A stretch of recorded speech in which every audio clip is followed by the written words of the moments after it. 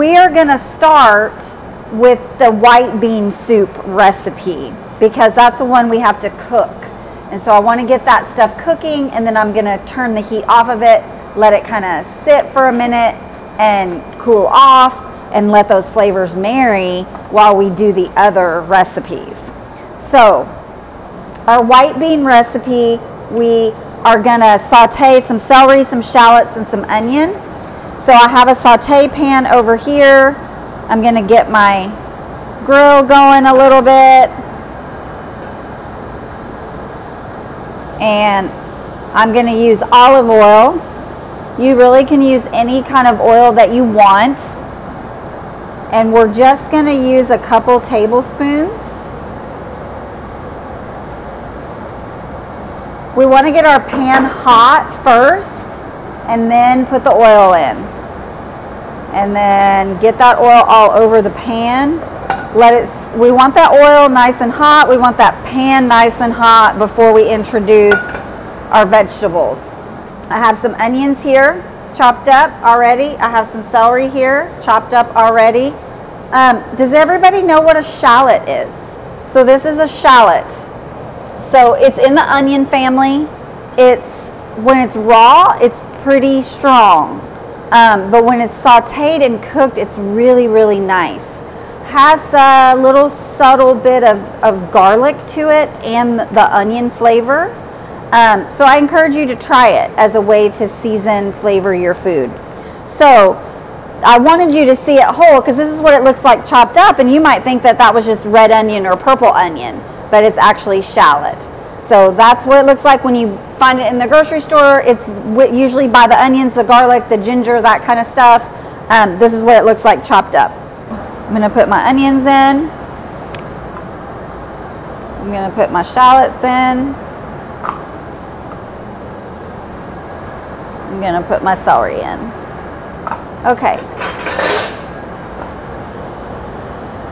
I want to stir this in the saute pan to get the oil coating all those veggies.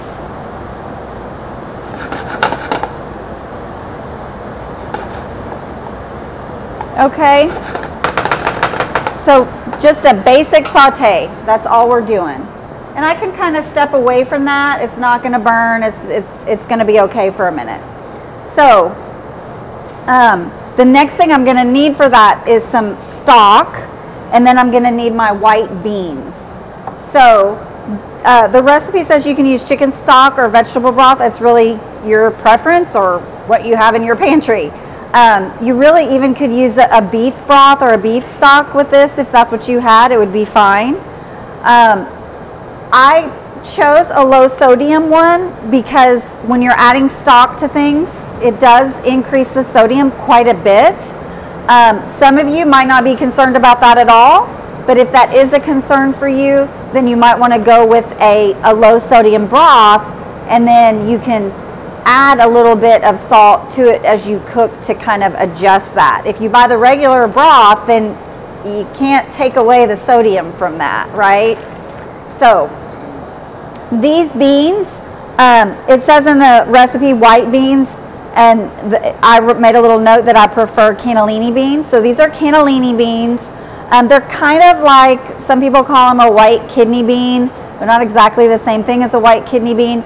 You could use white kidney beans in this recipe. You could use Great Northern beans. You could use garbanzo beans. I don't know that you could really substitute too many other types of beans. You could probably actually use pinto beans if you had pinto beans. But these are just a really nice, tender, flavorful white bean that's really high in protein. So it has a little bit more protein than some of the other beans. So that's kind of the reason I chose this cannellini bean. And because I'm Italian, right? So I like cannellini beans. So vegetables are sauteing.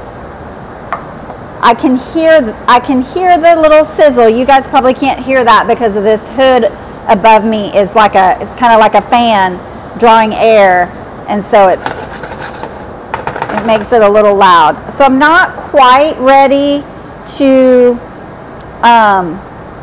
add my beans and my broth yet. I want that to cook just a little bit more.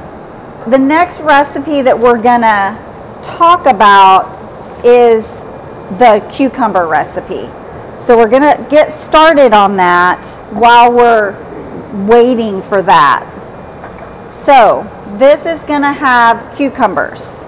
Cucumbers are really nice in the summertime. So does anybody know what an English cucumber is? So these are English cucumbers. They usually in the grocery store, so they're long. They're about this long as opposed to the kind of like pickling cucumbers that are more about that long.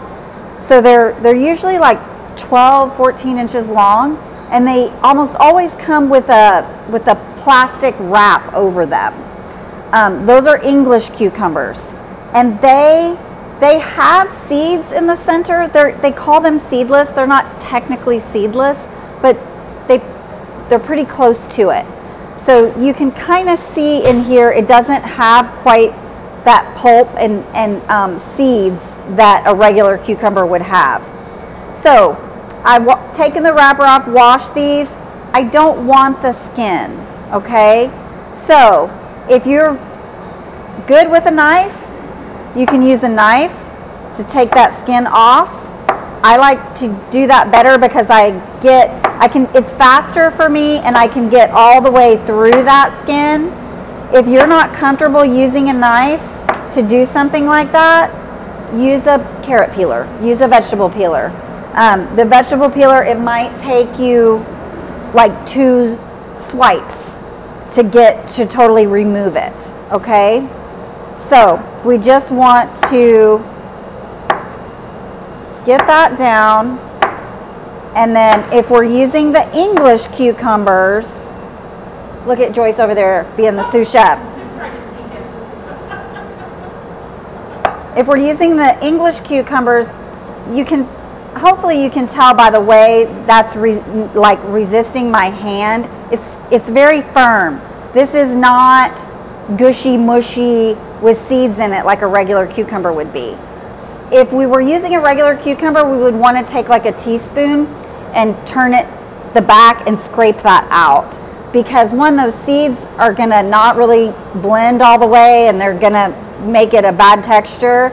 And then we really don't want that mushy pulp either. We want the flesh of the cucumber. We're gonna go ahead and add these beans. So this is 1 can, just like a can you buy in the grocery store, 1 can of beans. And then somebody tell me what the recipe says. Is it 1 cup or 2 cups? 1 cup of our broth. So I'm gonna do 1 cup, and I'm going to stir it a little bit, because those beans they're bland, right? So what I'm trying to do here is incorporate those flavors, those aromatic vegetables that we're using, and incorporate those into the beans. So I'm gonna turn it down just a little, and I'm just gonna let those sit there while we do this other recipe. So we have our cucumber. I like to cut it in half like this, and then it really doesn't matter. This is all going in the blender, so it doesn't have to be pretty, it doesn't have to be perfect. You're not worried about that. You're just trying to get it down to a smaller size, just to make it easier to blend. That's the purpose of what we're doing. So I'm just chopping it, and then I already chopped a bunch earlier, so I'm going to put that cucumber in,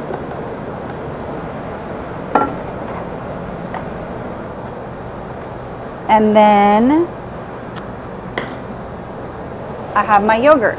So this is Greek yogurt. It's plain, and it's non-fat. You can get non-fat or you can get low-fat, kind of depending on what you want to do, where you are. Do y'all use Greek yogurt? Okay, what nutritionally What's the difference between Greek yogurt and just regular plain yogurt? It's higher in protein. Yep. So my suggestion would be that you choose the Greek yogurt, 9 times out of 10. And I think Joyce tells y'all that and would agree with that too. If you like sour cream and buttermilk, this kind of has that same flavor profile. And so you can use this all the ways you would have used sour cream before, and it will taste the same. And you'll have really good protein and low fat. And there's another nutritional benefit that we get from yogurt, probiotics, right? So it's good for our gut health too. So another benefit. Okay, so we want 3 cups. Okay. Ooh, it's kind of squishy.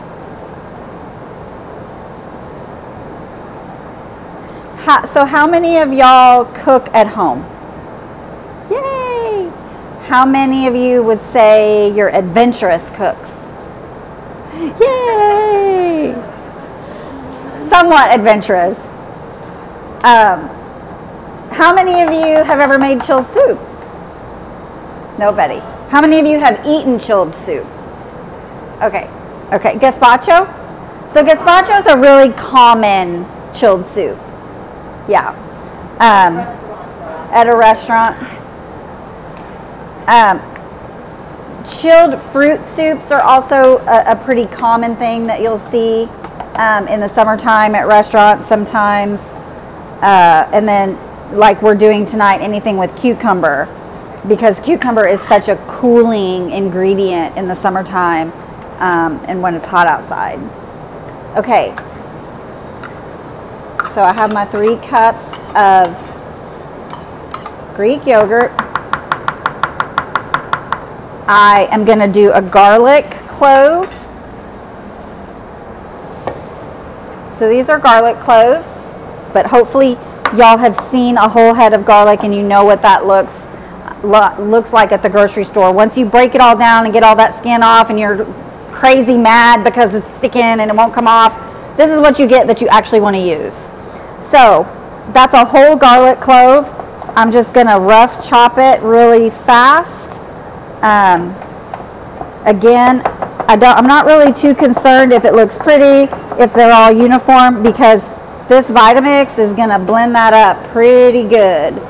And then I have a jalapeno. Do y'all like spicy stuff?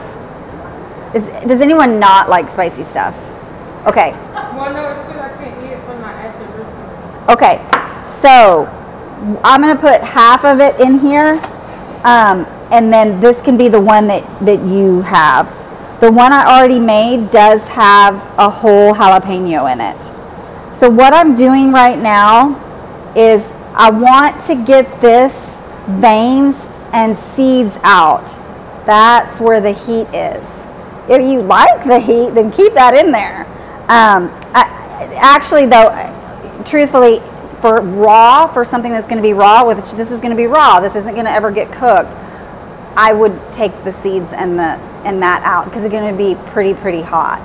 If you're cooking it or roasting it, then some of that heat will calm down in the cooking process and really lend a lot of good flavor. But for keeping it raw, let's be on the safe side. I've found also that jalapenos, sometimes you get them and they're super mild and they're no big deal, and then sometimes you get them and they're really hot. And unless you're getting them from your garden or someone that's growing them and you kind of already know what the heat level is like, err on the side of caution. The other thing I want to say is I did this with my bare hands. I would not really recommend that at home.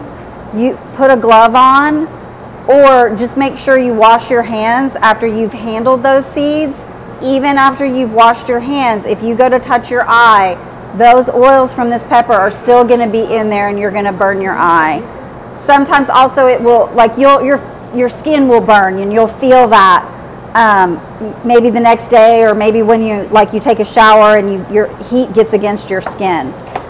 So again, I am not really concerned about this being perfect in how I'm cutting it, because it's all going to go in this Vitamix. But I do want to break it down a little bit to just make it all easier to do the job. So there's our one jalapeno. We're going to put a quarter cup of olive oil. Okay, so that's about a quarter of a cup of olive oil. And then I'm going to add a quarter teaspoon of salt. So I just have salt in here, and I kind of know by my pinch how much that is. And then I'm going to do, I don't have any cilantro. What was I thinking there? I didn't pre-chop cilantro. So we're going to do it without the cilantro, and we're going to garnish it with cilantro at the end. So I'm going to give this to my sous chef. And she is going to blend it up for us. I hope I don't mess it up, right? You can't mess it up. And okay, these have simmered pretty well, because what I wanted that broth to really almost get boiling, where, you know, it's boiling, it's really steaming, it's cooking fast. I got it to that point, and then I slowed it down a little bit, but it's still pretty hot. And it's been a decent amount of time that I'm going to go ahead and move this over, turn off the heat. I'm actually going to bring it over here and let it cool down. So, through the magic of cooking television magic, we have some of the cucumber soup already made. So it's very light, it's very pretty, I think. And you can smell it. I mean, I can smell the cucumber and the cilantro and the yumminess as I'm spooning it up. So we're gonna do the gazpacho next while we let our beans cool down. So the gazpacho, remember I said, is the most, not necessarily complicated, it just requires the most chopping. Kind of like with the cucumber where you needed to seed it, we need to seed the tomato. So I cut it in half. I want to cut this center out, and then I want to cut it maybe into 6ths or 8ths. It will kind of depend once I slice through it. But this part right here, this pulpy part, I don't want that. But I don't want to cut it away, because then I'm losing this, and I would actually be wasting quite a bit of good flesh of the fruit. So some of you might not, I might turn you off right now with this recipe, and you might not want to do it. You got to just stick your hands in there and scoop it out. Yes. Yep. So you could use Romas for this for that reason. Romas are still going to have a little of this goopy stuff. So you still would have to clean it out a little bit. So honestly, you probably could use maybe like the back of the other end of the spoon, the handle part of the spoon might work well. But I'm not grossed out by gushy, slimy things. So I just use my hands to get in there and get that pulp out. Here's a good example.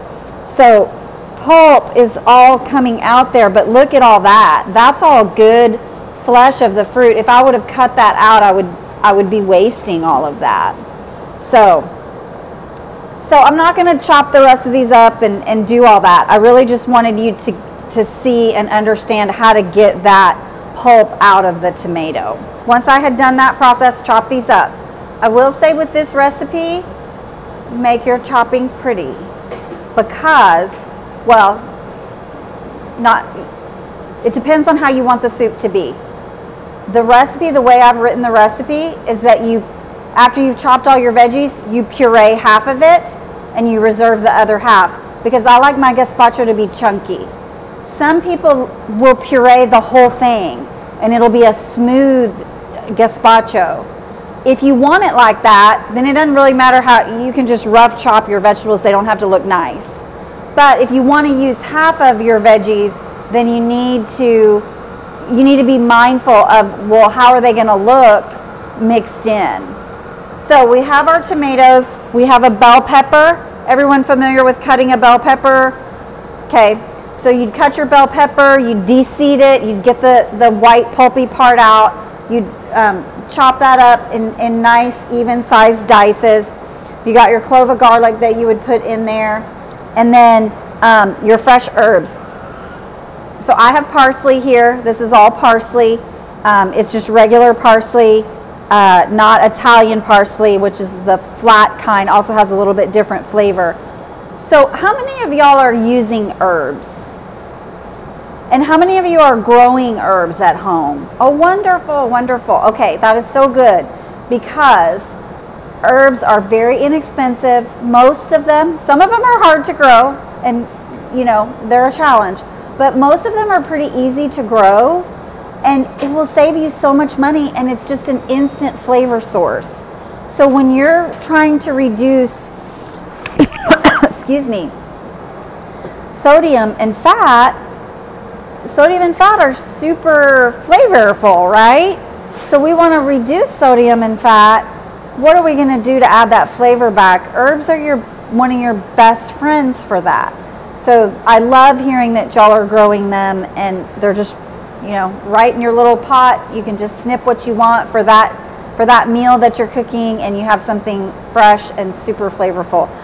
Herbs and citrus, wonderful combination for flavoring a lot of different things. So with herbs, I just want to show you quickly, herbs can be a little intimidating or a little frustrating sometimes to work with. So you want to wash them.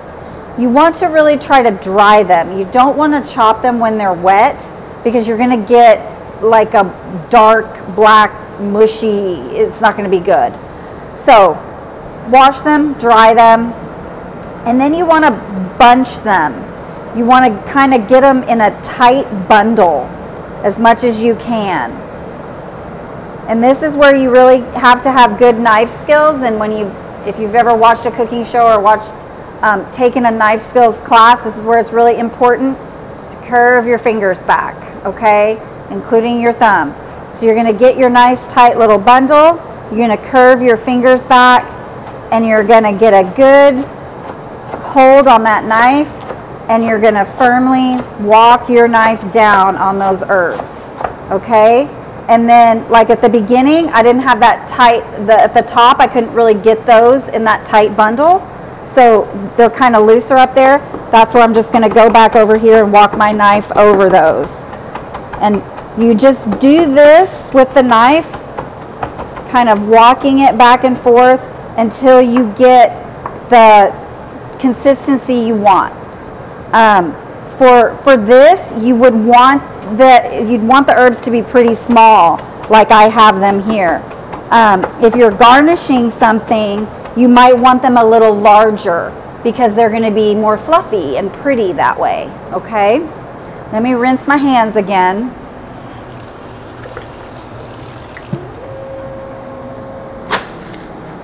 So this recipe, like we talked about with the other recipe, you could use parsley, cilantro, basil, chives, chervil.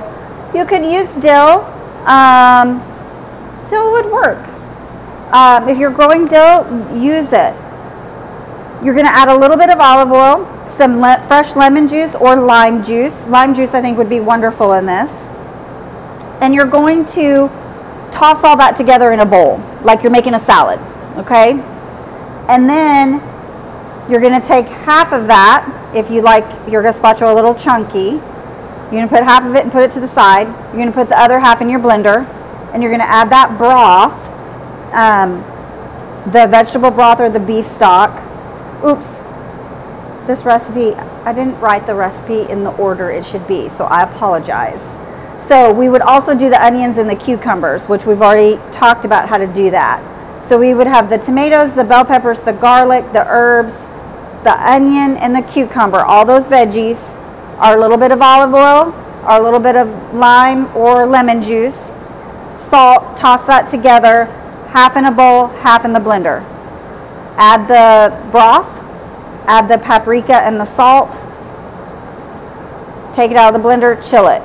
So after I mixed it all together and kind of got the gazpacho how I wanted it, I just boiled shrimp. That's all I did. Just plain shrimp, boiled it, took it off the heat, took the tails off, squeezed a little lemon juice on it. That's it. So you can see when I pour this in here, it's liquidy like a soup, but it's chunky as well. So again, that's really your preference. If you want it to be totally smooth, like a smoothie, like a juice almost, then you can puree the whole thing. You could and do it without shrimp or add the shrimp at the end. I would not recommend pureeing it or putting the shrimp in it in the blender. You could add jalapeño or serrano or some kind of chili to this if you had it.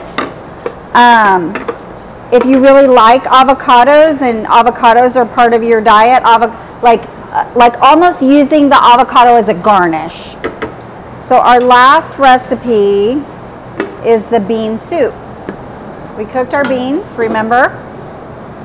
So we have our beans with our onions, shallots, and celery,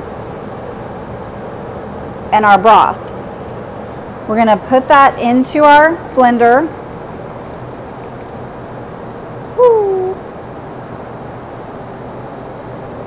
You could, all of these recipes, if it's just you or maybe just you and one other person, you could divide the recipe in half, and if you have like a Ninja or a NutriBullet at home, it would work.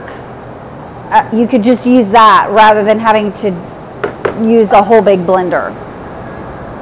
I know for me, it's just my husband and I, and so I really don't use my blender very much because I don't want to wash it, right?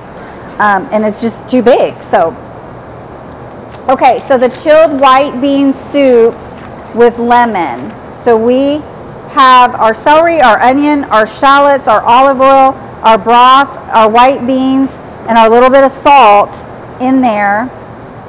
I'm going to give this to Joyce. I'm going to give this to my sous chef to blend up again for us. Thank you. Till it's pureed. Till it's pureed.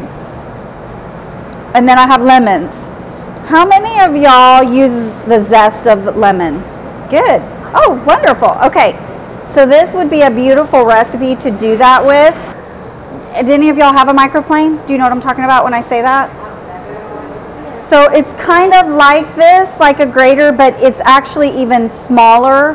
The grating that it would do is really tiny, and it's wonderful for citrus.